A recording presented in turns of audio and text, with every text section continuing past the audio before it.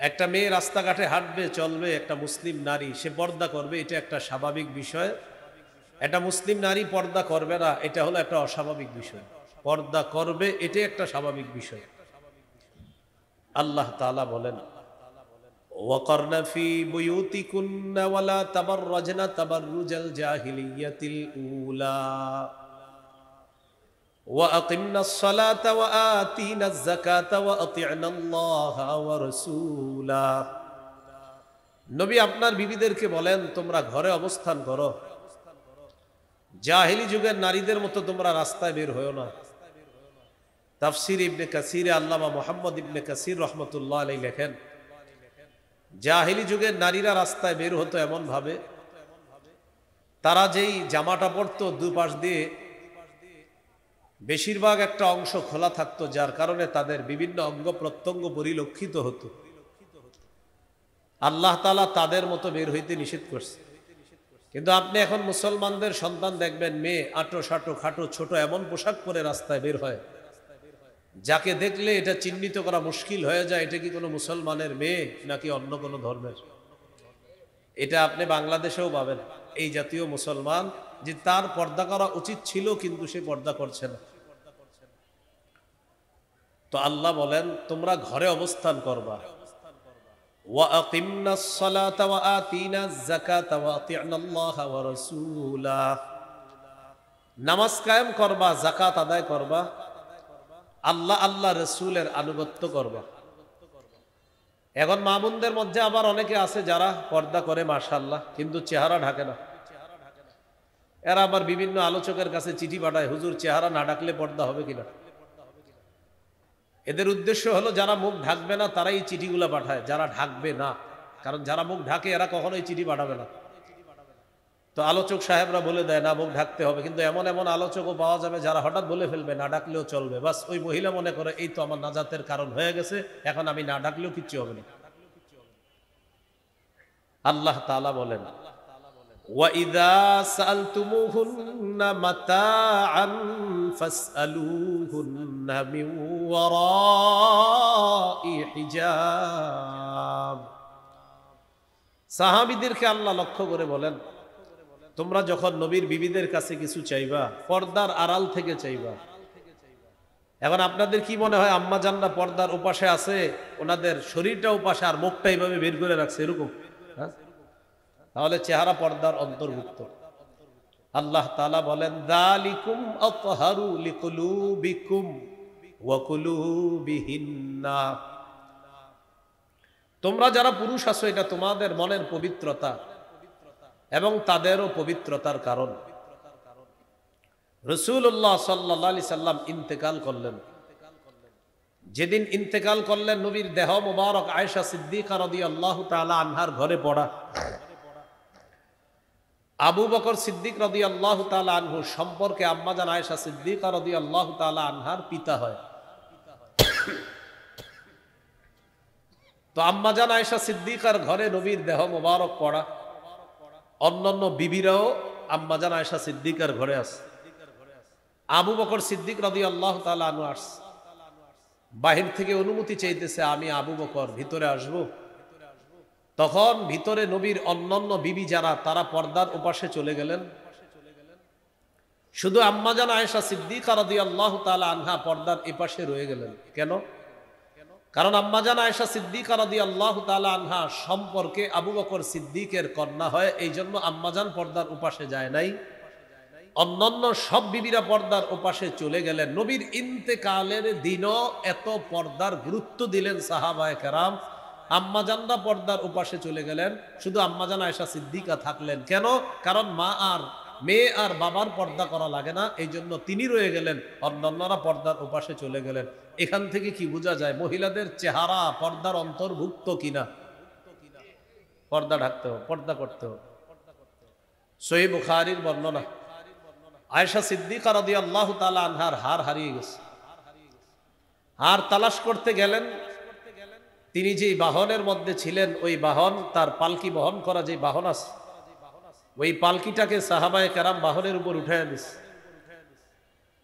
পালকি চলে গেল, বাহনও চলে গেল। আম্মাজান আয়েশা সিদ্দিকা রাদিয়াল্লাহু তাআলা আনহা আসলেন। আসার পর দেখে তার কাফেলাও চলে গেছে, বাহন চলে গেছে, পালকিও চলে গেছে।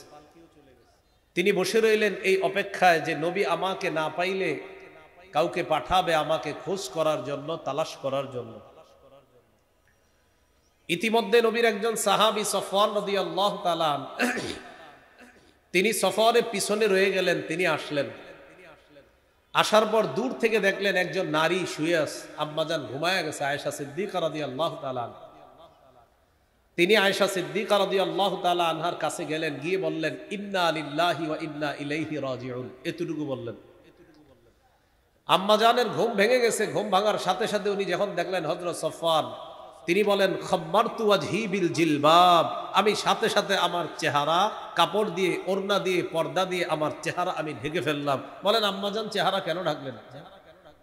হ্যাঁ, তাহলে চেহারা পর্দার অন্তর্ভুক্ত কিনা? চেহারা পর্দার অন্তর্ভুক্ত। তো বলছিলাম নারীরাও ইসলাম পালন করবে, পুরুষও ইসলাম পালন করবে। ইসলামের প্রত্যেকটা বিধানের সামনে আত্মসমর্পণ করা, মাথা নত করা, সবগুলো আদেশ নিষেধকে মেনে নেওয়া, এটা হলো আমি ইসলামে পরিপূর্ণ আছি কিনা, এটা আমার প্রথম আলামত, আত্মসমর্পণ করা। 2 নম্বর আলামত ইখলাসের সাথে সব আমল করা। নাসাইর হাদিস 3140 নম্বর হাদিস। এই হাদিসের মধ্যে আসছে রাসূলুল্লাহ সাল্লাল্লাহু আলাইহি সাল্লামকে একজন জিজ্ঞাসা করলেন, আরাআইতা রাজুলান গাজা ফি সাবিলিল্লাহ ইয়ালতামিসুল আজরা ওয়ায যিকরা ফামা লাহু ইয়া রাসূলুল্লাহ। এক ব্যক্তি রাসূলুল্লাহ সাল্লাল্লাহু আলাইহি সাল্লামকে জিজ্ঞাসা করলেন, হুজুর এক ব্যক্তি জিহাদ করছে, জেহাদের নিয়ত হলো আল্লাহর কাছ থেকে সওয়াব কামাই করা, আর তাকে মানুষ বড় বাহাদুর বলবে, এই 2 নিয়তে সে জিহাদ করছে। জিহাদের নিয়ত আসেনি সবার? জিহাদের নিয়ত না থাকলে মুনাফিকি মৃত্যু হবে। সহিহ মুসলিমের হাদিস 1910 নম্বর হাদিস, 1910। قال رسول الله صلى الله عليه وسلم من مات ولم يغزو ولم يحدث به نفسه مات على شعبة من النفاق।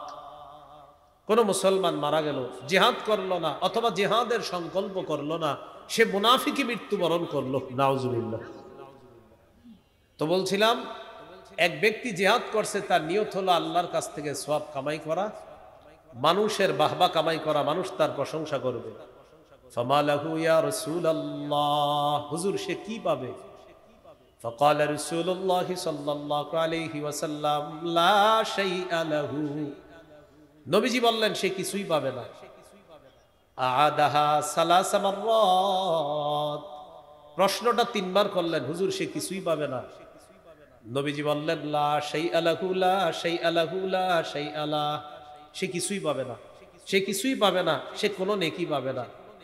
হাদিসের শেষে নবী বলেন ইন্নাল্লাহা লা ইয়াকবালু মিনাল আমালি ইল্লা মা কানা লাহু খালিসা ওয়াবতুগিয়া বিহি ওয়াজহুহু। রাসূলুল্লাহ সাল্লাল্লাহু আলাইহি সাল্লাম বলেন, আল্লাহ তাআলা ততক্ষণ পর্যন্ত বান্দার আমল কবুল করেন না যতক্ষণ আমলটা ইখলাসের সাথে আল্লাহর জন্য না করবে, ততক্ষণ এই আমল আল্লাহ তাআলা কবুল করেন না। এগুলো 2 নাম্বার আলামত, ইখলাসের সাথে সব কাজ করা। বলেন তো ইসলামে পরিপূর্ণভাবে প্রবেশ করেছি কিনা বুঝার জন্য কয় আলামত? 5। 1 নাম্বার আত্মসমর্পণ, আল্লাহর সব আদেশ নিষেধের সামনে একদম মাথা নত করা, সব মেনে নেওয়া। 2 নাম্বার ইখলাস। 3 নাম্বার, এটা একটু বলি, বলেন বিশুদ্ধ আকীদা। কি আকীদা? আরো জোরে বলেন, একদম দিল থেকে সুন্দর করে আওয়াজ দিয়ে বলেন, বলেন আওয়াজ দিয়ে। আকীদায় শিরিক থাকা যাবে না, বেদাত থাকা যাবে না। আবার বলেন আকীদায় শিরিক থাকা যাবে না, বেদাত থাকা যাবে না। এবার আমার সাথে বলেন, বলেন শিরকি কথা বলবো না, শিরকি কথা শুনবো না, শিরকি কাজ করব না, শিরকি আকীদা রাখবো না। শিরিকের গন্ধ যেখানে হয় সেটা সাপ্তাহিক হোক, বাৎসরিক হোক, আশেপাশেও যাব না। চেষ্টা করব সেই শিরিক বন্ধ করার জন্য। কি বললাম? শিরিকের গন্ধ যেখান থেকে ছড়ায়, এটা সাপ্তাহিক হোক বাৎসরিক হোক, এটার আশেপাশে যাওয়া যাবে না, বরং এটা বন্ধ করার চেষ্টা করতে হবে। শিরিক, কি কথা বুঝে আসছে? তাহলে 3 নাম্বার বিশুদ্ধ আকীদা। আকীদায় শিরিক থাকা যাবে না, বেদাত থাকা যাবে না। সূরা লোকমানের 13 নম্বর আয়াতে আল্লাহ তাআলা বলেন, وَإِذْ قَالَ لُقْمَانُ لِابْنِهِ وَهُوَ يَعِظُهُ يَا بُنَيَّ لَا تُشْرِكْ بِاللَّهِ। স্মরণ করুন ওই সময়কে যখন লোকমান হাকিম তার সন্তানকে বললেন, হে প্রিয় সন্তান, লা তুশরিক বিল্লাহ, আল্লাহর সাথে শিরিক করো না। ইন্নাশ শিরকা লাযুলমুন আযীম, নিশ্চয়ই শিরিক মহা জুলুম। বলেন শিরিক কি? মহা জুলুম। তাহলে শিরিক করা যাবে না।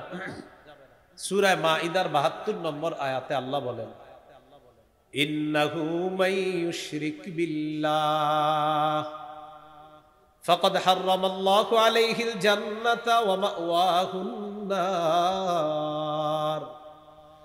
যে ব্যক্তি শিরিক করে এই অবস্থায় যদি সে মারা যায়, তাকে তার ঠিকানা হলো জাহান্নাম, আর আল্লাহ তার জন্য জান্নাত হারাম করে দেন।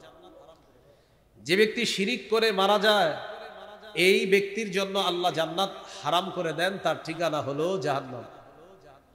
قال رسول الله صلى الله عليه وسلم أتاني آت من ربي فخيرني بين أن يدخل نصف أمتي الجنة وبين الشفاعة।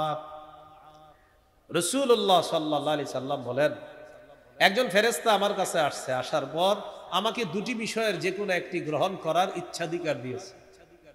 আমাকে বললেন, আল্লাহ তাআলা আমাকে পাঠাইছে আপনাকে এটা বলার জন্য, আপনি চাইলে আপনার অর্ধেক উম্মত জান্নাতে নিতে পারবেন, আর চাইলে সুপারিশ করতে পারবেন। আপনি কোনটা গ্রহণ করবেন? দুটা পারবেন না, যে কোনো একটা। নবীজি সাল্লাল্লাহু আলাইহি সাল্লাম বললেন, ইখতারতুশ শাফাআ, আমি সুপারিশ করাটা গ্রহণ করে নিলাম।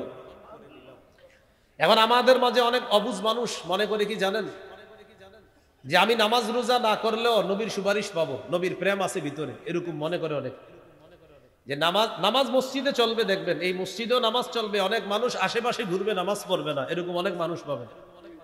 আবার মনে করবে নামাজ না পড়লেও রসুলের সুপারিশ পেয়ে যাব, এরকম মনে করে অনেক। কিন্তু হাদিস পুরাটা শেষ হয় নাই, আমি পুরাটা শেষ করি। নবী কি কয় দেখেন, ওয়াহিয়া লিমান লা ইউশরিকু বিল্লাহি শাইআ, আমার সুপারিশ তারাই পাবে যারা আল্লাহর সাথে শিরিক করবে না। আপনি করবেন শিরিক আর বলবেন নবীর প্রেম আছে, সুপারিশ পাবো, অসম্ভব। শিরিক করবেন আর নবীর সুপারিশ পাবেন, কশিন কালেও এই আশা করা যাবে না নবীর সুপারিশ পাওয়া যাবে না। তাহলে সুপারিশ পাওয়ার শর্ত শিরকি কাজ করা যাবে না, এটা শর্ত। আবার অনেকেরে পাবেন যারা বলে নামাজ রোজা না করলেও নবীর প্রেম আছে। এই ব্যাপারে একটা হাদিস শুনেন, সহিহ মুসলিমের বর্ণনা। এক সাহাবী রাসূল সাল্লাল্লাহু আলাইহি সাল্লামের খেদমত করছে। তো খেদমত করার পর নবীজি সাহাবীকে বললেন, তুমি আমার কাছে কিছু চাও, এখন যেই পুরস্কারটা চাইবা আমি তোমাকে সেটাই দিব। সাহাবী বুদ্ধি করে বললেন, ইন্নী আসআলুকা মুরাফাকাতাকা ফিল জান্নাতি ইয়া রাসূলুল্লাহ, হুজুর আমি জান্নাতে আপনার সাথী হতে চাই। নবীজি বললেন, আও গায়রা যালিকা, তুমি আর কিছুই চাও না? সাহাবী বললেন, না আমি আর কিছুই চাই না, আমি জান্নাতে আপনার সাথী হতে চাই, এটাই আমার চাওয়া। নবীজি তাকে বললেন, আইন্নি আলা নাফসিকা বিকাসরাতিস সুজুদ, তাহলে আজকে থেকে বেশি বেশি সিজদা করবা, নামাজ পড়বা, বেশি বেশি রুকু করবা, যত বেশি নামাজ আদায় করবা জান্নাতে আমার তত কাছাকাছি থাকতে পারবা। কি শিখলাম? নামাজ ছেড়ে নবী প্রেম না নামাজ ধরে নবী প্রেম? নামাজ ধরে নবী প্রেম। নবী বলছে নামাজ পড়বা, আমার কাছাকাছি থাকতে পারবা। আল্লাহ কথাগুলা বুঝার তৌফিক দান করেন। তাহলে কি শিখতেছিলাম? শিরিক করা যাবে না। সহিহ বুখারীর বর্ণনা 1237 নম্বর হাদিস, 1237। জিবরিল আমিন রাসূল সাল্লাল্লাহু আলাইহি সাল্লামের কাছে আসছে। আসার পর বললেন, বাশশির উম্মাতাকা আন্নাহু মান মাতা মিন উম্মাতিকা লা ইউশরিকু বিল্লাহি শাইআ। নবী আপনার উম্মতকে আপনি সুসংবাদ দেন, আপনার উম্মতের মধ্যে যে শিরিক করা ছাড়া মারা যাবে তাকে জান্নাতের সুসংবাদ দেন। এবার আমার সাথে একটু বলেন, বলেন আমরা আল্লাহর অলিদের বিরুদ্ধে না, আল্লাহর অলির কবরের বিরুদ্ধে না। আবার বলেন, আমরা কোন আল্লাহর অলির বিরুদ্ধে না, আল্লাহর অলির কবরের বিরুদ্ধে না। তবে আল্লাহর অলির কবর কেন্দ্র করে যদি শিরিক হয়, গাঞ্জার আসর হয়, মেলা বসানো হয়, বেদাত হয়, সেই শিরিকের বিরুদ্ধে, সেই গাজার বিরুদ্ধে, সেই মেলার বিরুদ্ধে, সেই বেদাতের বিরুদ্ধে আগেও ছিলাম, এখনো আছি, মৃত্যু পর্যন্ত এই কুসংস্কারের বিরুদ্ধে আমাদের অবস্থান আরো কঠোর হবে। তাহলে বিষয়টা বুঝতে হবে, আমরা কি আল্লাহর ওলির দুশমন? আমরা কি আল্লাহর ওলির কবরের দুশমন? আমাদের এই বয়ানের পরে এক শ্রেণীর মানুষ মিছিল করে আল্লাহর ওলির দুশমনেরা হুঁশিয়ার সাবধান। সঠিক হলো না স্লোগানটা। স্লোগানটা এমন হলে ঠিক আছে, গাঞ্জাখোরদের দুশমনেরা হুঁশিয়ার সাবধান, শিরিকের দুশমনেরা হুঁশিয়ার সাবধান, এটা হলে ঠিক আছে। স্লোগান ঠিক করতে হবে। কি বলেন আপনারা? গাজা এটা হারাম জিনিস না? তো শিরিক হারাম না? তা আমরা কি শিরিকের পক্ষে না বিপক্ষে? আল্লাহর ওলিরা পৃথিবীতে আসছে শিরিক খতম করার জন্য। অতএব আল্লাহর ওলির কবরকে কেন্দ্র করে যদি শিরিক হয়, সেই শিরিকের বিরুদ্ধে সব মুসলমান একজোটে কাজ করতে হবে। আল্লাহ আমাদেরকে বুঝার তৌফিক দান করে।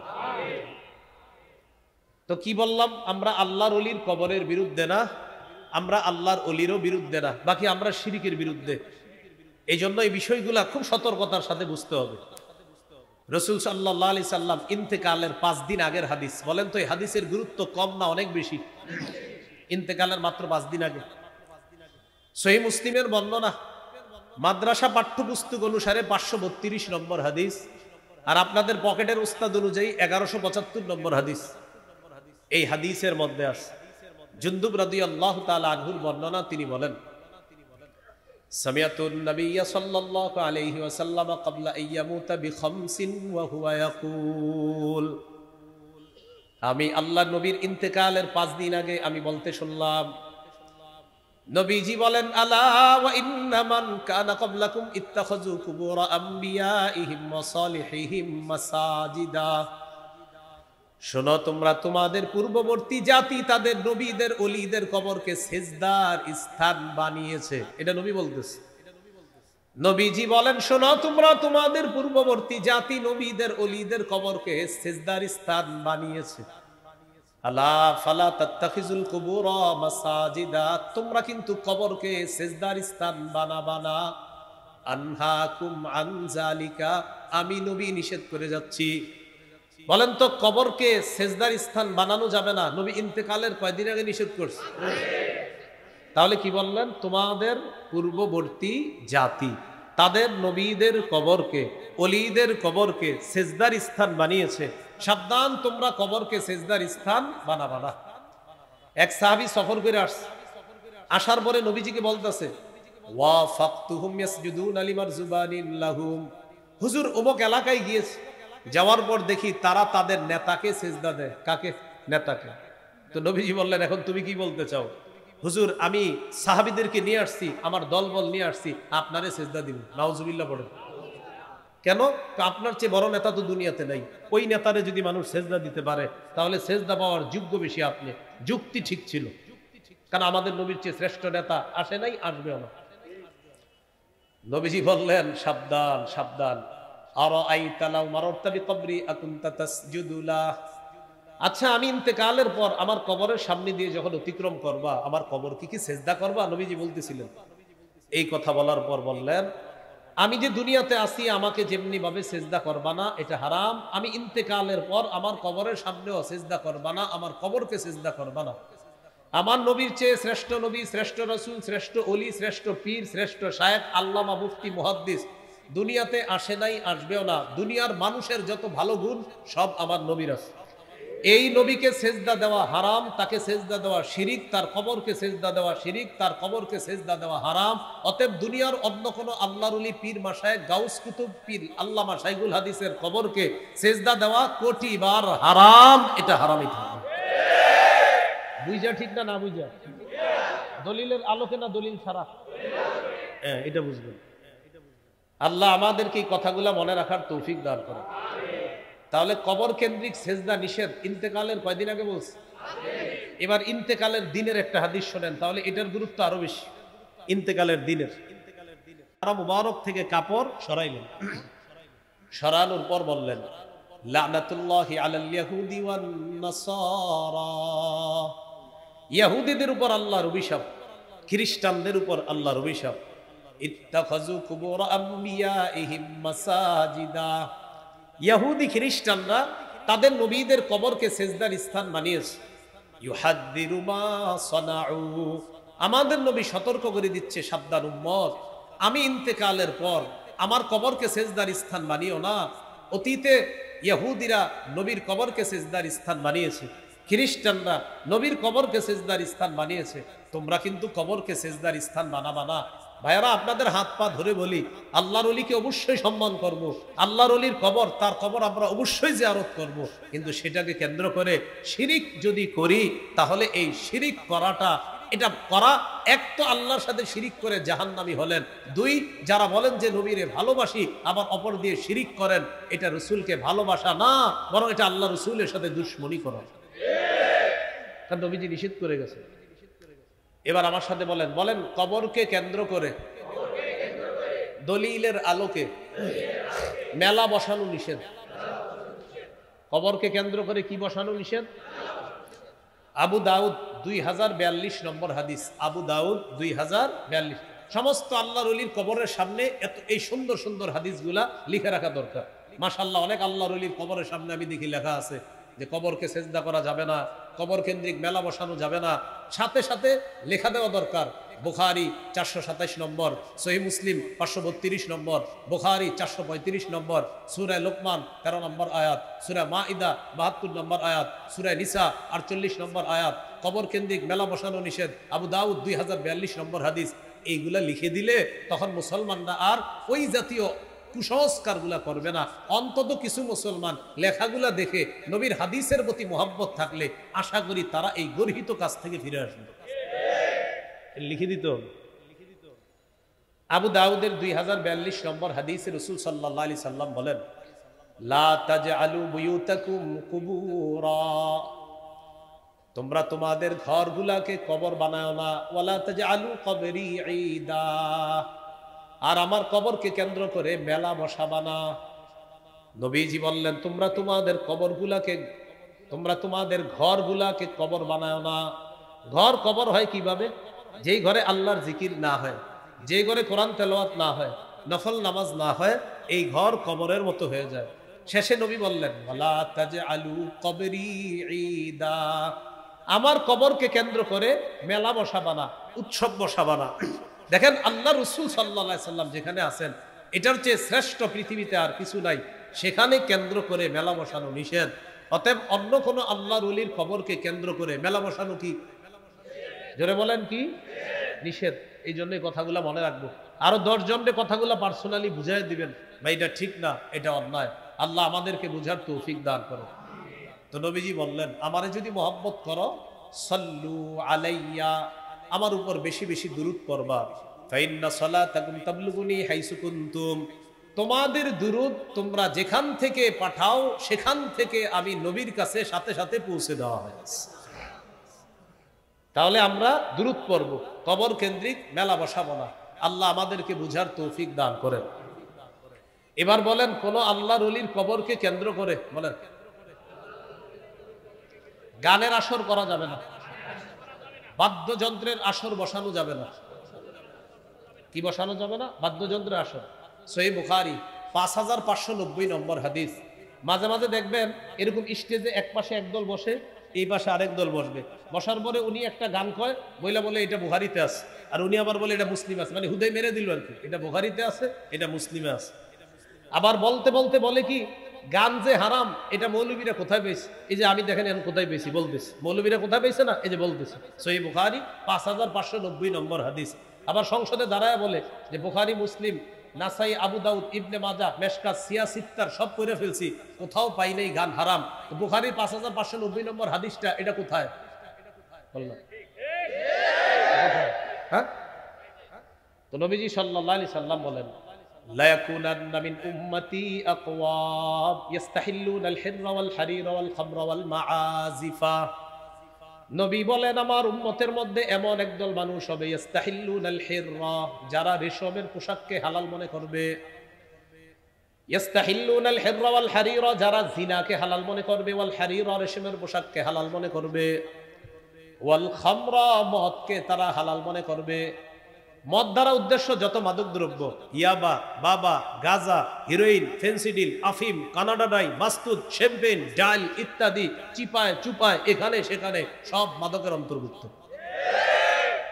তো নবীজি বলেন, আমার উম্মতের একদল লোক হবে, তারা জিনাকে হালাল মনে করবে, রেশমের পোশাককে হালাল মনে করবে, মাদক দ্রব্যকে হালাল মনে করবে, ওয়াল মাআজিফা, বাদ্যযন্ত্র, গান বাদ্য, ঢোল তবলাকে তারা হালাল মনে করবে। বলি নাউজুবিল্লাহ। নবীজি বলছে হালাল মনে করবে, বলেন তো করবে না চলছে? এই যে বৈশা বলতেছে গান হারাম, এটা হুজুররা কই পায়, মানে ওনার কাছে গান হালাল। তাহলে প্রিয় ভাইয়ারা বলেন, গান যে বাদ্যযন্ত্র হারাম, এটা কি দলিল ছাড়া না দলিল সহ? আল্লাহ আমাদেরকে এই গর্হিত কাজ থেকে হেফাজত করেন। মনে আসেনি ইসলামে পরিপূর্ণ আসি কিনা কয় আলামত? 3 নম্বর আলামত বিশুদ্ধ আকীদা। আকীদায় শিরিক থাকা যাবে না। আরেকটা হলো বেদাত থাকা যাবে না। সহিহ বুখারী 2697 নম্বর হাদিস। এই হাদিসের বর্ণনাকারী আয়েশা সিদ্দিকা রাদিয়াল্লাহু তাআলা আনহা তিনি বলেন, قال رسول الله صلى الله عليه وسلم من احدث في امرنا هذا ما ليس فيه فهو رد। নবী বলেন, আমাদের ইসলামী শরীয়তের মধ্যে আমি যে পূর্ণাঙ্গ শরীয়ত রেখে যাচ্ছি, এটার মধ্যে ইবাদতের নামে কেউ যদি নতুন কিছু আবিষ্কার করে, এটা বেদআত, এটা প্রত্যাখ্যান করা হবে। কেউ যদি ইসলামী শরীয়তের মধ্যে পূর্ণাঙ্গ শরীয়ত যেটা নবী রেখে গেছেন, এটার মধ্যে যদি ইবাদতের নামে নতুন কিছু আবিষ্কার করে, বলে এটার নাম কি? বেদাত। বলে এটার নাম কি? বেদাত, পরিত্যাজ্য, এটা গ্রহণযোগ্য না। হাদিসের একটা কিতাব আছে সহিহুত তারগিব, এই কিতাবের 54 নম্বর হাদিস। রাসূলুল্লাহ সাল্লাল্লাহু আলাইহি সাল্লাম বলেন, ইন্নাল্লাহা হাজাবাত তাওবাতা আন কুল্লি সাহিবি বিদআতিন হাত্তা ইয়াদআ বিদআতা। আল্লাহ তাআলা প্রত্যেক বেদাতির তওবা কবুল করেন না যতক্ষণ বেদাতি তার বেদাত নামক কর্মকাণ্ড ছেড়ে না দেয়, এটা থেকে যতক্ষণ সে ফিরে না আসে ততক্ষণ বেদাতির তওবা আল্লাহ কবুল করেন না। সহিহ বুখারীর বর্ণনা 6583 নম্বর হাদিস, 6584 নম্বর হাদিস। এই দুই হাদিস মিলিয়ে একটি হাদিস আমরা শুনবো। হাউজে কাউসার পানি পান করার ইচ্ছা সবার আছে না? রাসূলুল্লাহ সাল্লাল্লাহু আলাইহি সাল্লাম বলেন, আনা ফারাতুকুম আলাল হাউজ, কিয়ামতের ময়দানে আমি আগে আগে হাউজে কাউসারের পারে চলে যাব তোমাদেরকে পানি পান করানোর জন্য। মান মাররা আলাইয়া শারিবা ওয়া মান শারিবা লাম ইয়াজমা আবাদা। নবীজি বলেন, কেউ আমার সামনে দিয়ে অতিক্রম করবে, সে কাউসারের পানি পান করবে, আর যে কাউসারের পানি পান করবে সে আর পিপাসার্ত হবে না। এবার কি বলে দেখেন, সুম্মা লা ইয়ারিদান্না আলাইয়া আকওয়াম আ'রিফুহুম ওয়া ইয়া'রিফুনানি। এরপর আমার সামনে এমন একদল মানুষ আসবে যাদেরকে আমি চিনি, তারাও আমাকে চিনবে। একদল মানুষ আসবে যাদেরকে আমি চিনবো, তারাও আমাকে চিনবে। এর মানে তারা আমার উম্মত, আমি তাদের নবী, তারা আমাকে চিনবে। তো নিয়ম অনুযায়ী আমি পানি পান করাবো। হঠাৎ দেখবো ইউহালু বাইনি ওয়া বাইনাহুম, আমার মাঝে আর তাদের মাঝে একটা প্রতিবন্ধকতা সৃষ্টি করা হয়েছে। দেখবো আমার মাঝে আর তাদের মাঝে একটা প্রতিবন্ধকতা সৃষ্টি করা হয়েছে। তো আমি আল্লাহ তাআলাকে বলবো, ইন্নাহুম মিন্নি, আল্লাহ তারা তো আমার অন্তর্ভুক্ত, তারা তো আমার উম্মতের অন্তর্ভুক্ত, তাদেরকে আমি পান করাবো না? আল্লাহ তাআলা বলবেন, ইন্নাকা লা তাদরি মা আহদাসু বা'দাক। হাবিব, আপনি জানেন না, আপনি দুনিয়া থেকে চলে আসার পর তারা ইসলামের মধ্যে নতুন নতুন কত বেদাত আবিষ্কার করেছে, এটা আপনি জানেন না। নবীজি যখন জানবে এরা বেদাতি, তখন বলবে, সুহকান সুহকান লিমান গায়্যারা বা'দি। আমি চলে আসার পর আমার পূর্ণাঙ্গ রেখে আসা ইসলামকে, ইসলামী শরীয়তের মধ্যে যে নতুন কিছু আবিষ্কার করছে, এটাকে যে পরিবর্তন করে দিয়েছে, দূর হও আমার সামনে থেকে, দূর হও, চেহারাটাও দেখতে চাই না।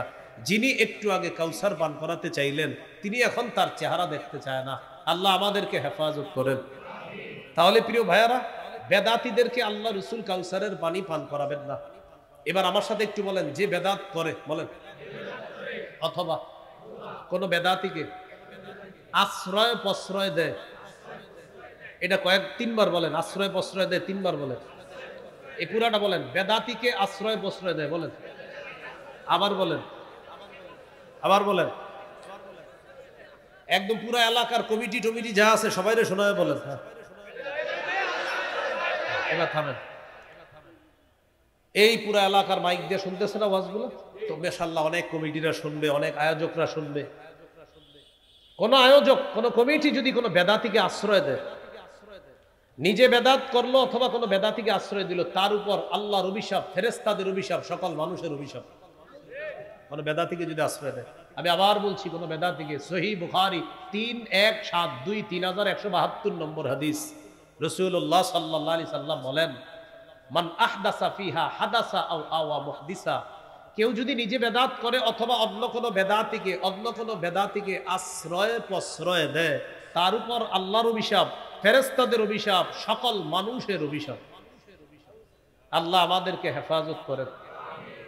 তাহলে ইসলামে পরিপূর্ণ আছি কিনা কয় আলামত। 3 নাম্বারটা হলো বিশুদ্ধ আকীদা, আকীদায় শিরিক থাকা যাবে না, বেদাত থাকা যাবে না। 4 নাম্বার উত্তম চরিত্র। আপনি মাশাআল্লাহ আমাদের সামনে সুফি বুজুর্গ, কিন্তু ঘরে আপনার চরিত্র একদম খারাপ, আপনার বিবি আপনারা দেখতে পারে না, এরকম হলে কিন্তু চলবে না। আপনার চরিত্র সুন্দর হতে হবে। রাসূলুল্লাহ সাল্লাল্লাহু আলাইহি সাল্লাম বলেন, খায়রুকুম খায়রুকুম লিআহলিহি ওয়া আনা খায়রুকুম লিআহলি, তোমাদের মধ্যে সর্বোত্তম ওই ব্যক্তি যে তার বিবির কাছে উত্তম।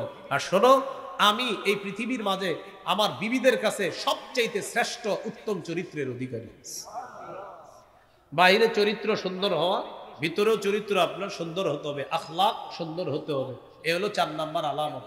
5 নাম্বার আলামত, লেনদেনে স্বচ্ছ থাকা। লেনদেনে কি থাকা? স্বচ্ছ থাকা। আগামী শুক্রবারে টাকা দেওয়ার কথা, একজনের টাকা পায় আপনার কাছে, আর আগামী শুক্রবার আসে না, এরকম যেন না হয়।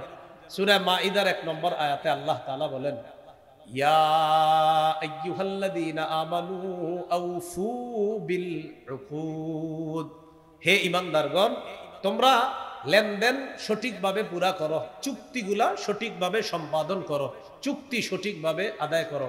সূরা বনী ইসরাঈল আল্লাহ বলেছেন, আউফু বিল আহদ, মানুষের সাথে যে অঙ্গীকার করো, আপনার টাকাটা ওই তারিখে দিব, আউফু, তোমরা অঙ্গীকার পুরা করো, আউফু পুরা করো, বিল আহদি, অঙ্গীকার পুরা করো, লেনদেনে স্বচ্ছ থাকা। তাহলে সূরা বাকারা 208 নম্বর আয়াতে আল্লাহ তাআলা বললেন, তোমরা ইসলামে পরিপূর্ণ প্রবেশ করো। বলেন তো পরিপূর্ণ প্রবেশ করেছে কিনা? কয় আলামত? 5 আলামত। 1 নাম্বার আত্মসমর্পণ করা, আল্লাহর সব আদেশ নিষেধগুলা মেনে নেওয়া। 2 নাম্বার ইখলাস। 3 নাম্বার বিশুদ্ধ আকীদা। 4 নাম্বার উত্তম চরিত্র। 5 নাম্বার লেনদেনে স্বচ্ছ থাকা। আল্লাহ তাআলা আমাদের সকলকে যে কথাগুলা শুনলাম বললাম, বুঝে শুনে কেউ আপনারা শত্রুতা হিসাবে নেবেন না, বরং কোরআন হাদিস এটা সামনে রাখবেন। যে আরিফ নামে একজন বলে গেল, থুর সেতে কি, আসলে আমি কিছু না, কিন্তু আমি কোরআন বলছি, আমি আল্লাহর কথা বলছি, আমি রসুলের কথা বলছি, এই কথাটা মাথায় নেবেন। যে সে বলুক, তাকে আমরা কোনো গণায় ধরি না, আমাকে গণায় ধরা লাগবে না, কিন্তু আল্লাহর কোরআনের আয়াতগুলো আমি যে দলিল দিয়ে বললাম, এগুলো আপনি সামনে রাখেন, হাদিসগুলা সামনে রাখেন। রাখার পর শিরিক কুফুর বেদাত থেকে বেঁচে আমাদের জীবনটা সুন্দর করার তৌফিক দান করেন। আল্লাহ তাআলা আমাদেরকে কবুল করে নেন। আমিন। ওয়া আখিরু দাওয়ানা আলহামদুলিল্লাহি রাব্বিল আলামিন।